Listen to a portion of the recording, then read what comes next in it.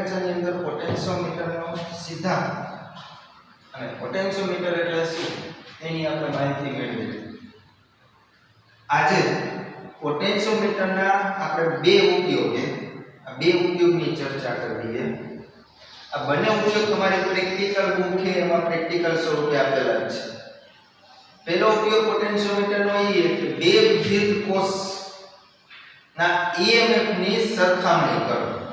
તમે કોઈ પણ બે કોષ આપી દઈએ, એ બે કોષ આપે એમાંથી કેનું EMF વધુ અને કેનું EMF ઓછું એ મેળવવા માટે પોટેન્શિયોમીટર નામનું સાધન ઉપયોગી છે.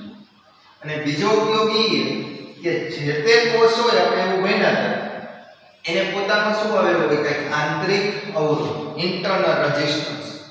તો પોટેન્શિયોમીટરની મદદથી કોઈ પણ કોષનો આંતરિક અવરોધ શોધવો હોય આપણે તો એ પણ મેળવી શકાય છે.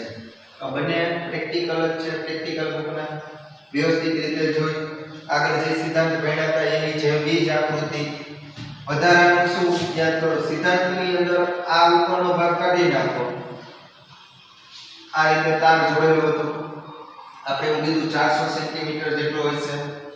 કોઈ એક લાકડાના પાટિયા ઉપર ચડેલો હશે આ તાર. હવે આપણે સિદ્ધાંતની અંદર જે ભણ્યા એવી જ સર્કિટ છે. એમાં બેટરી હતી, અવરોધ હતો, કળ હતું. અહીંયા બે કોષના EMF ની સરખામણી કરવી એટલે બે કોઈ પણ કોષ ધ્યાનમાં લ્યો, E1 કોષ અને E2 કોષ. તમને ખ્યાલ છે આ બંને કોષ છે એને કઈ પોતાનો ઇન્ટરનલ રેઝિસ્ટન્સ છે અને અહીંયા એક કળ જોડેલી. આ જે કળ એક ત્રિમાર્ગી કળ છે અને તેની સાથે કોઈ એક સંવેદનશીલ આપણે શું જોડેલું છે ગેલ્વેનોમીટર. તો અહીં આ જે કળ આપી આપણે ત્રિમાર્ગી કળ એની સાથે જે ગેલ્વેનોમીટર જોડેલું સંવેદનશીલ છે.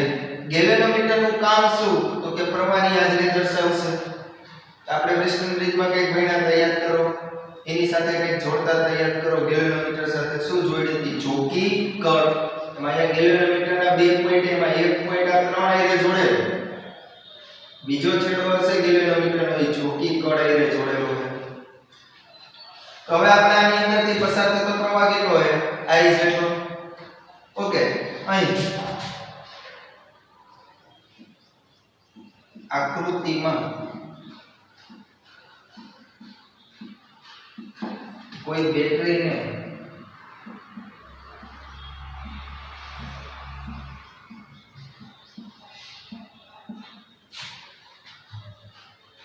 અહીં આકૃતિમાં દર્શાવ્યા પ્રમાણે કોઈ બેટરીને A અને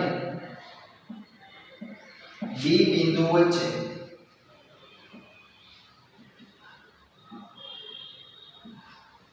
જોડેલ છે.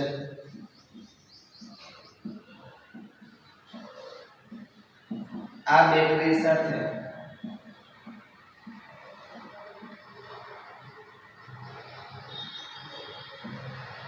તે બેટરીનો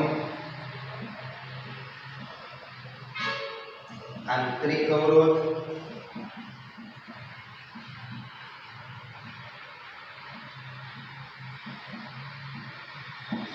આ છે ચલિત અવરોધ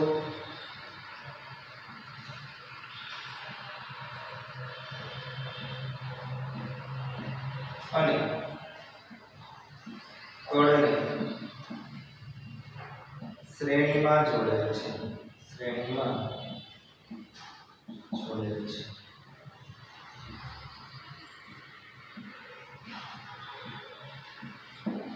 અહીં બે કોષ E1 અને E2 ના ધન ધ્રુવને કોઈ A બિંદુ સાથે જોડેલા છે. બંને કોષ E1 અને E2 ના ધન ધ્રુવને A બિંદુ સાથે જોડેલ છે.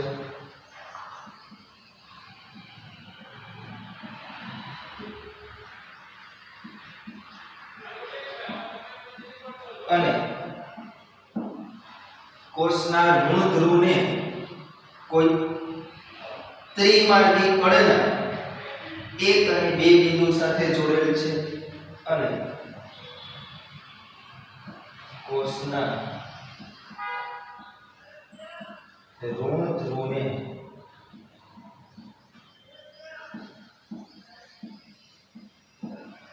ત્રિમાર્ગી કળના એક અને બે બિંદુ સાથે જોડેલ છે.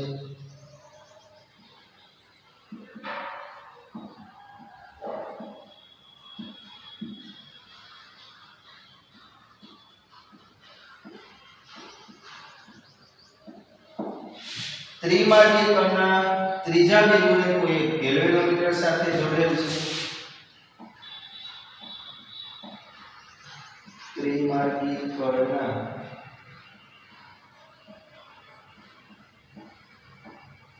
ત્રીજા બિંદુને કોઈ ગેલ્વેનોમીટર સાથે જોડેલ છે.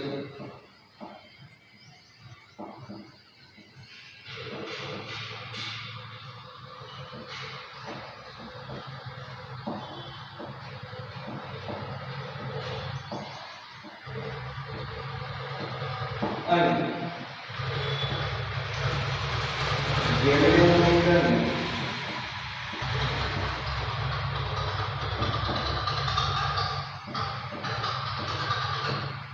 ચોખ્ખી કળ સાથે જોડે છે.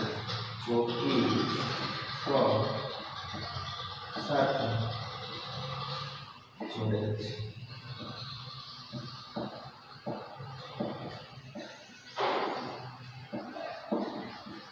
ઓકે, આવું કંઈ છે. સમજાય હવે છે. હવે શું કરવું છે? આપણે બે કોર્સની કમ્પેરિઝન કરવી. ધારો કે શરૂઆતમાં આ ત્રિમાર્ગી કળના બિંદુ 1 અને 3 નું જોડાણ કરી આપણે સ્વિચ ક્લોઝ કરી 1 અને 3 ની. તો દેખાય છે આમાંથી જે પ્રવાહ આવશે એ બિંદુએ આવશે. એ બિંદુએ તે પ્રવાહ જશે આગળ E1 માં. E1 માંથી 1 અને 3 માં જશે. અને અહીંયાથી ગેલ્વેનોમીટર માં જશે.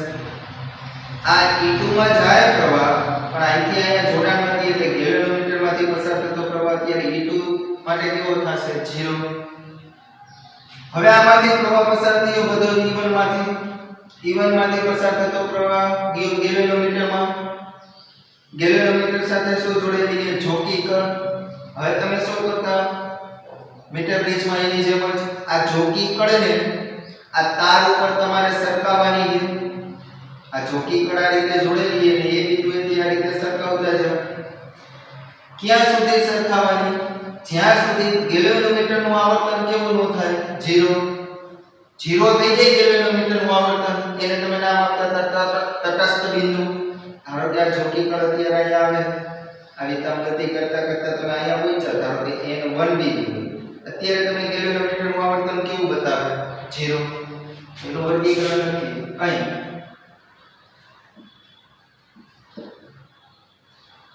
કળ 1 અને 3 જોડાણ કરવામાં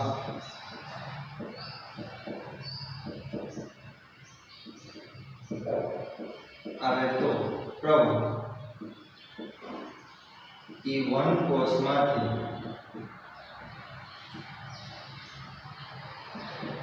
પસાર થાય છે.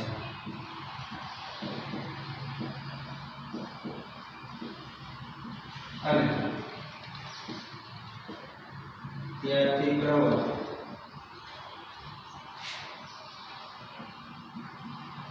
ગેલ્વેનોમીટરમાં આવે છે.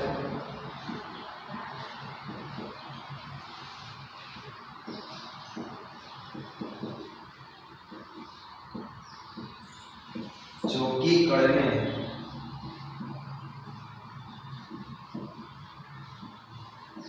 તાર પર સરકાવતા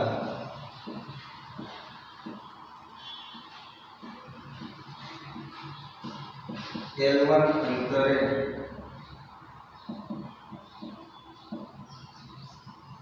ગેલ્વેનોમીટરનું આવર્તન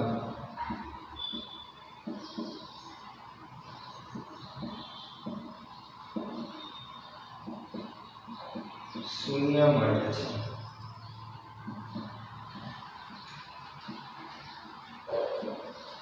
L1 અંતર કિલોમીટર ધારો કે L1 અંતર અહીંયા આવ્યું એ અંતર ધારો કે કેટલું છે L1 એટલે કે N1 equal to L1 N1 અંતર આવે ત્યારે કિલોમીટરમાં વર્તન કેવું મળે શૂન્ય. હવે કિર્ચોફના નિયમનો ઉપયોગ કરીએ આપણે.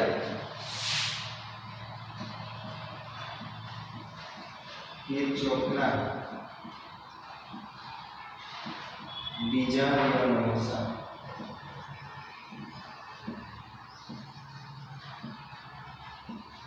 કિર્ચોફનો બીજો નિયમ શું હતો યાદ કરો. ગમે ત્યાંથી બંધ કાઢો ધ્યાનમાં લ્યો ગમે ત્યાંથી તમને મજા આવે. ધારો કે a થી e1 જાઓ તો a થી e1 થી તમે ક્યાં જાઓ 1 થી ક્યાં આવ્યા 3 થી ક્યાં આવ્યા કિલોમીટરમાં g માં g થી ક્યાં આવ્યા n1 અને પાછું તમે ક્યાં આવશો આ બંધ કરો. a થી e1 માં જાઓ યાદ કરો કિર્ચોફના નિયમની અંદર તમે બેડા પોઝિટિવ માંથી નેગેટિવ માં જાઓ તો નિશાની કેવી આવશે માઈનસ.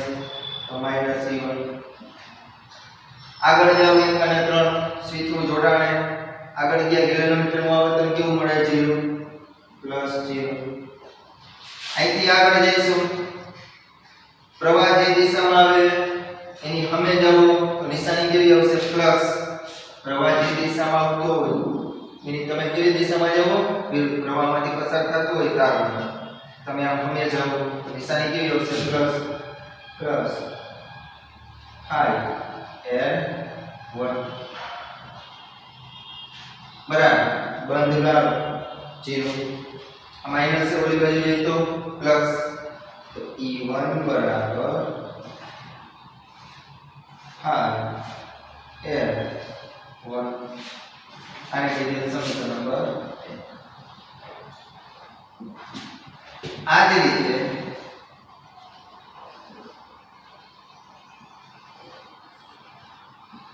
હવે કેનું જોડાણ કરશે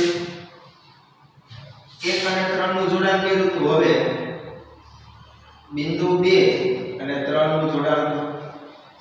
આને ક્લોઝ કરો અને આને કેવું કરી નાખો ઓપન.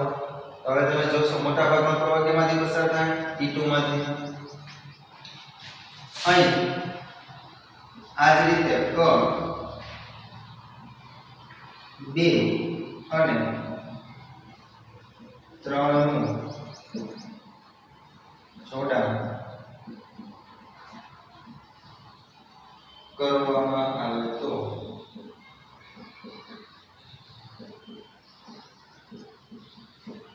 મોટા ભાગનો પ્રવાહ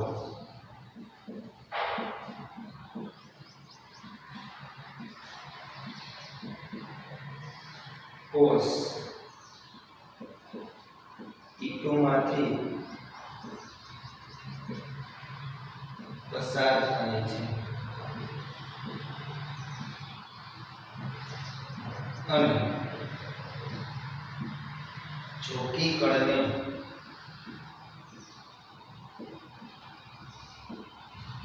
તાર પર સરકાવતા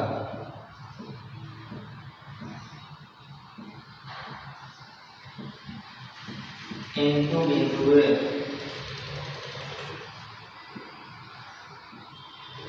ગેલેનોમીટર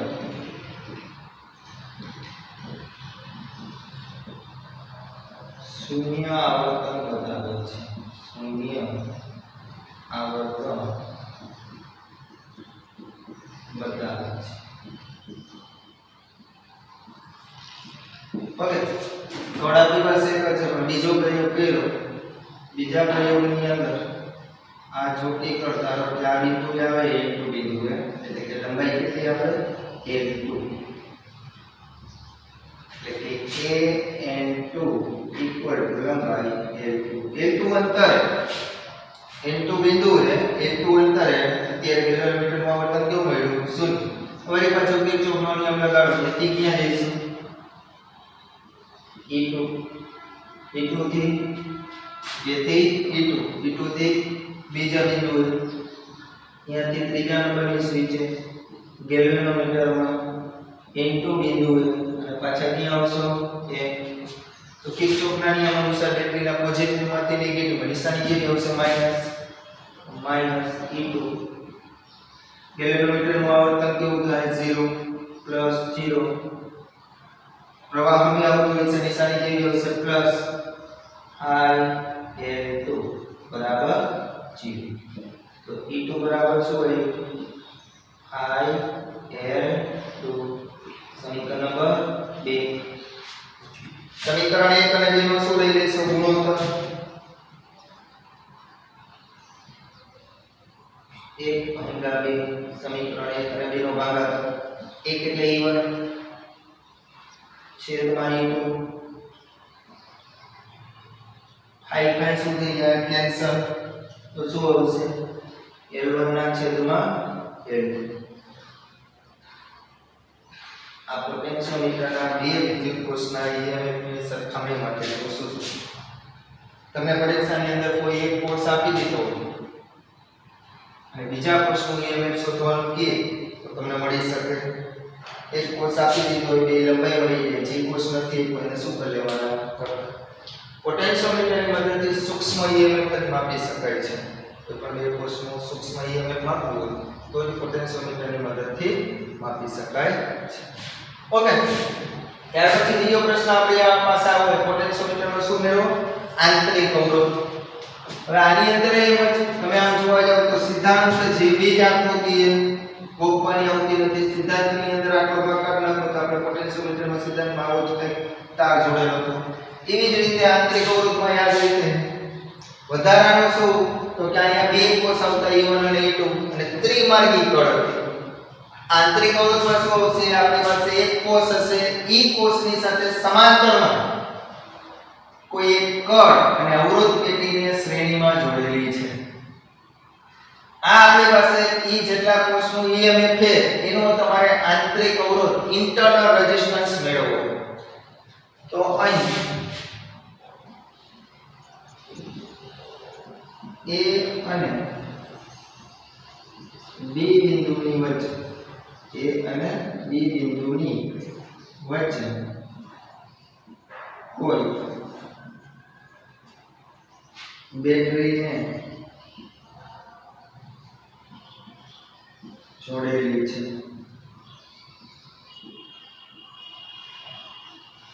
આ બેટરી સાથે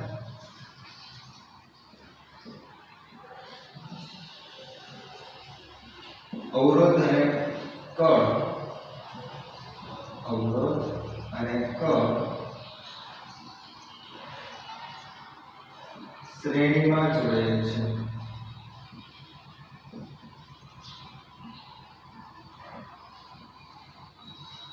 તમે જોઈ શકો કે આ એક બેટરી છે એની સાથે એક અવરોધ અને કળ એમાં જોડેલી છે શ્રેણીમાં અહીં આ કળને કહી દઈ K1 અને આ કળને અત્યારે નામ આપી દઈ K2 અહીં કળ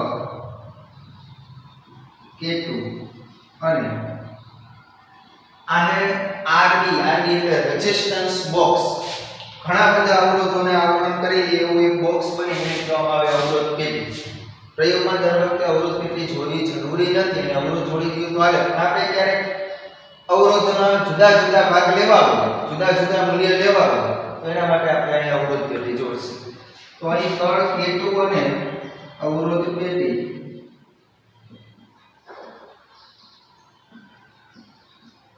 શ્રેણીમાં જોડેલ છે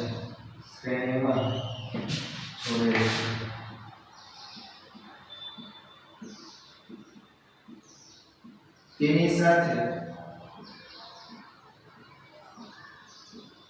જે કોષનો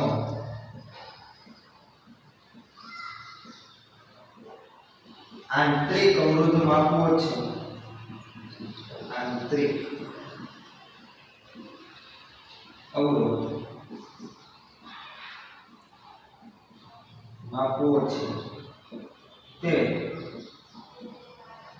સમાંતરમાં જોડવામાં આવે છે જોડેલ છે તમે જોઈ શકો આ બે કેમાં જોડેલા કળ K2 અને અવરોધ પેટી કેમાં જોડેલા શ્રેણીમાં અને તેની સાથે જે કોષનું EMF માપવું એની સાથે કેવું જોડેલું છે સમાન. અહીં આ જોડાણને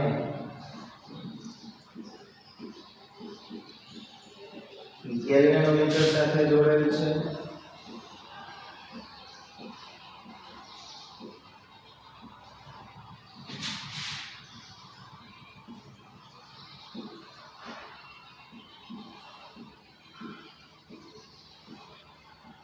અને ગેલ્વેનોમીટર સાથે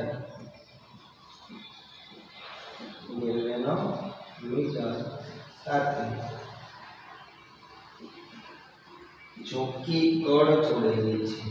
ચોખ્ખી કળ જોડેલી.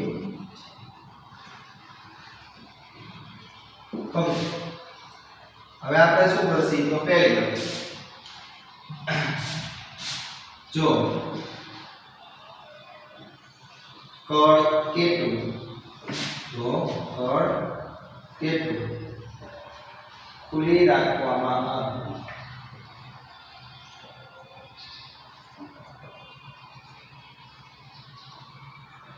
તો અવરોધ પેટીમાં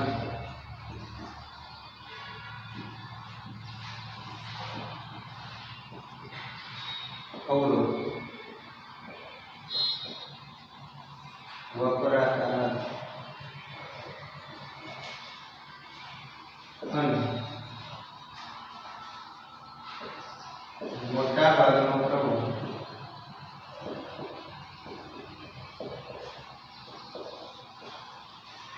કોષમાંથી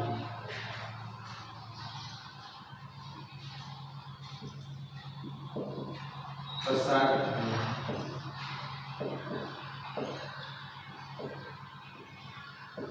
અને ચોખ્ખી કળને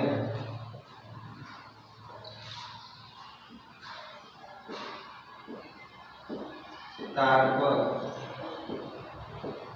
સરકાવતા ગેલ્વેનોમીટર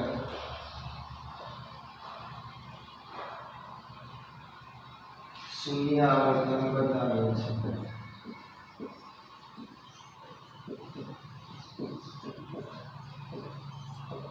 ઓકે, શું સમજાવે કોનો ભાગ?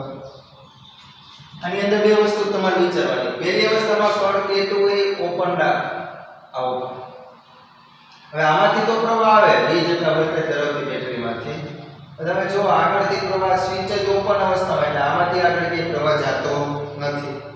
પ્રવાહ આમાં આગળ ન જતો એટલે અવરોધ પેટીમાં અવરોધ ખર્ચાશે. બધો જ પ્રવાહ E જેટલા EMF વાળી બેટરીમાંથી વહી જાય ગેલ્વેનોમીટર. ગેલ્વેનોમીટર એટલે જોકી કળ જોઈડી. આ જે જોકી કળ જોઈડી આપણે ધારો કે અહીંયા પહોંચે એન 1 બિંદુએ અત્યારે ગેલ્વેનોમીટરનું આવર્તન કેવું મળ્યું? 0. તો કિર્ચોફના નિયમ અનુસાર હવે આપણે ડાયરેક્ટ લખી આ રીતે લખાય E1 બરાબર અથવા E બરાબર phi L1 આગળની જેમ જ an1 અંતરે L1 અંતરે મળે E બરાબર phi L1. ઓકે, આને કહીએ સમીકરણ નંબર. હવે જો કળ K2 બંધ કરવામાં આવે